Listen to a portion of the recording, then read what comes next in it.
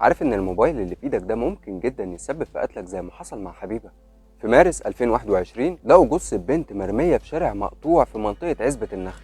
البنت دي كان عندها 16 سنة وخدوا وقت كبير جدا علشان يتعرفوا عليها لأن وشها كان مدلوق عليه مية نار ومش باين منها أي ملامح. طيب عشان نعرف بقى القصة كاملة هنرجع بالزمن قبل ما يلاقوا الجثة بكام يوم. حبيبة غمري بنت عندها 16 سنة عايشة مع أبوها وأمها وما عندهاش إخوات. حياتها كانت عادية جدا، ساعات بتصلي ساعات بتسمع أغاني بتضحك بتزعل، يعني حياتها زينا كلنا. بس صحبة السوء هي اللي بتبقى دايما ورا كل المصايب. من ضمن أصحاب حبيبة هي ملك مرزوق. كانت من سن حبيبة ولكن سلوكها ما كانتش كويسة، يعني كانت بتكلم شباب عادي وتقول ده صاحبي، ايه المشكلة؟ الحكاية كلها بدأت امتى بقى؟ بدأت لما ملك راحت لبيت حبيبة زي ما هي متعودة، لكن الجديد المرة دي هو الشات اللي حبيبة شافته. كانوا قاعدين على السرير عادي وكل واحد ماسك الموبايل بتاعه، لكن فجأة ملك قالت لحبيبة بص كده. حبيبة بصت على الشات اللي كان في موبايل ملك واتصدمت من الشات اللي شافته. كان محادثة بين ملك وشاب اسمه أحمد. الكلام اللي كان بينهم في الشات كان كلام لا يجوز حتى ان واحد يقوله لمراته. كان بيسألها انت لابسه ايه وكلام كتير شبه ده. حبيبه طبعا فضلت تزعل لها وملك ردت عليها وقالت وايه المشكله يعني، هو يعرفني منين؟ اتضح بقى ان ملك كانت مشتركه في اكتر من جروب على الفيس بينزل محتوى غير اخلاقي، وكل اللي هي بتعمله انها بتجيب صوره واحده مش محترمه وبتنزلها على الجروب ده، وبتبدا بقى تستنى تشوف مين من الشباب هيبعت لها ويقول لها ايه، واخده الموضوع كانه تسليه يعني. والمشكلة انها عرفت حبيبة ازاي تدخل في الجروبات دي. المهم اليوم خلص ومر يومين كمان وكل شيء طبيعي، لحد ما في يوم حبيبة كانت قاعدة في البيت لوحدها لان اهلها سافروا البلد يوم وراجعين تاني. الشيطان بقى فضل يلعب في دماغها ويقول لها طب ما تجربي، ما معظم البنات بتعمل كده. ودي بقى كانت اول المصايب، الفضول خلاها تدخل تقعد على السرير وتمسك الموبايل بتاعها وتبحث عن الجروبات دي لحد ما لقت جروب فيهم. انضمت فيه وقعدت تتفرج على الصور الغير اخلاقيه اللي منشوره على الجروب، وبعد وقت قليل قررت انها تتهور وتعمل حاجه غلط. جابت صوره فيك لبنت لبسها خفيف ونزلتها على الجروب وكتبت ان الصوره دي صورتها هي. دقيقه بالظبط والاشعارات ما وقفتش عندها، الكومنتات عماله تزيد والرسائل عماله تتبعت على الخاص عندها. كانت بتقرا الرسائل اللي معظم كلامها زباله وما كانتش بترد على حد، لحد ما لمحت رساله مكتوب فيها انت قمر قوي. اللي شد انتباهها ان الرساله دي كانت مبعوثه من اكونت اسمه رحاب علي. المهم حبيبه ردت عليها وفضلوا يتكلموا شويه، واللي حبيبه عرفته ان البنت دي اسمها رحاب وعندها 17 سنه، مصريه ولكن عايشه في الكويت. البنت فضلت تشرح لها اكتر عن المحتوى الاباحي والحاجات القرف دي، وكمان حبيبه بعتت لها رقمها علشان يتكلموا بعد كده في الفون. وبدون مقدمات البنت بعتت صورتها. حبيبه استغربت في الاول وقالت لها صورتك حلوه. البنت ردت عليها وقالت لها شكرا، ابعتي انت كمان صورتك. حبيبه رفضت في الاول، لكن البنت فضلت تزن عليها وتقول لها انت خايفه من ايه؟ انا كده كده عايشه في دوله بره مصر، يعني ما تخافيش من حاجه، واحنا كده كده بنات زي بعض. حبيبه بعتت صوره ليها والبنت بعتت صوره تانية، وفضل الوضع على كده، دي تبعت صوره ودي تبعت صوره، لحد ما اخر صوره البنت بعتتها كانت لابسه فيها لبس خفيف جدا، وطلبت من حبيبه تبعت صوره زيها. حبيبه كانت شايفه ان الموضوع ممتع ومفيش فيه اي خطوره، وبدات بالفعل انها تصور نفسها بملابس خفيفه وتبعت الصور للبنت دي، لحد ما وصل بقى الحال انها بعتت صوره وهي مش لابسه هدوم خالص. وهنا كانت الصدمه لما وصلت رساله من البنت مكتوب فيها الصوره دي لو نزلت على النت انت هتتفتحي، ولو ما سمعتيش كل اللي انا هقولك عليه ونفذتيه بالحرف الواحد هوديكي في داهيه. حبيبه خافت شويه ولكن افتكرت انها بتهزر، عشان كده ردت عليها وقالت لها طب وايه المشكله؟ ما انت لما تفضحيني انا كمان هفضحك، ما انت صورك كلها عندي. وخد الصدمه بقى لما وصل لها رساله مكتوب فيها انا مش بنت اصلا، انا شاب، والصور دي انا جايبها من على النت وفي كتير قوي من الصور دي موجوده على النت،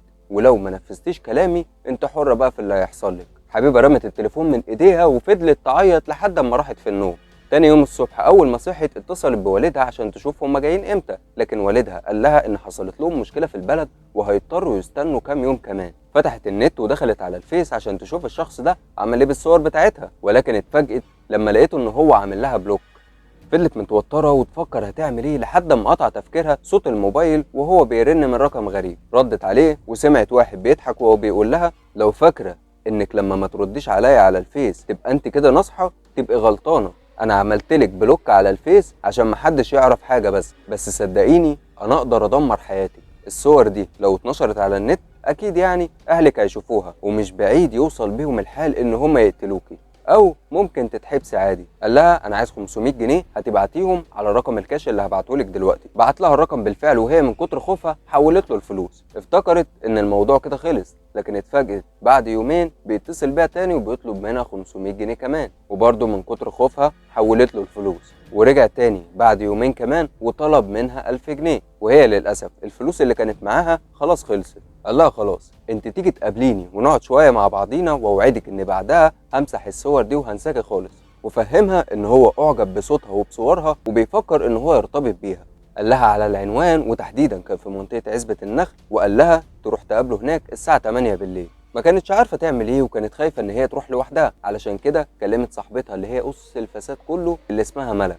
حكت لها على الموضوع من اوله لاخره وطلبت منها ان هي تروح معاها. ملك وافقت وراحوا علشان يقابلوا الشخص ده. لما وصلوا عند اللوكيشن اللي هو بعته لها، حبيبه خافت جدا وقالت لملك بلاش ويلا نرجع احسن. لكن ملك قالت لها ما تخافيش، مش هنرجع ولا حاجه، لو انت خايفه هتستنيني هنا وانا هروح اتكلم معاه واعرفه ان لو ما بطلش اللي هو بيعمله ده انا ممكن اوديه في 60 داهيه. المهم الشخص ده اتصل بحبيبه وقال لها انا مستنيكي في المكان اللي بعتهولك، وهتلاقيني قاعد جوه توك توك. والتوك توك ده فعلا كان واقف قدامهم، وهم واقفين بعيد والمنطقه هص هص، رغم ان لسه بدري، ولكن الشارع ده كان اخره حيطه سد، يعني مفيش عربيات بتعدي منه، وكل الناس اللي بتعدي منه بيبقوا ساكنين جوه الشارع. اللي حصل بقى ان حبيبه فضلت واقفه مكانها، وملك هي اللي مشيت وراحت وقفت قدام التوك توك. وفي دقايق كانوا الاتنين اللي مستنيين جوه التوك توك ركبوا ملك بالعافيه ولفوا التوك توك وجريوا بسرعه من قدام حبيبه. حبيبه كانت واقفه مذهوله ومش عارفه تعمل اي حاجه، جريت بسرعه على البيت وهي خايفه ومش عارفه تتصرف ازاي. وفي الوقت ده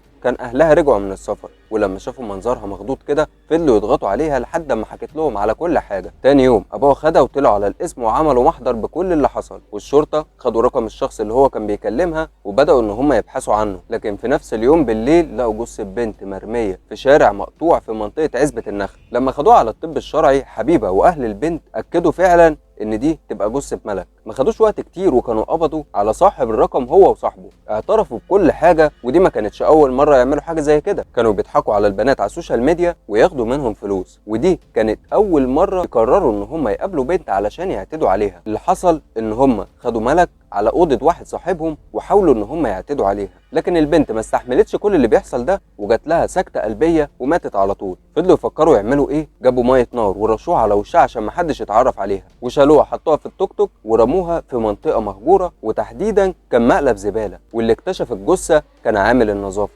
الاتنين طبعا خدوا الحكم اللي يستحقوه، وحبيبه خلاص عرفت غلطتها وقررت ما تعملهاش تاني، وملك دفعت الحساب كله.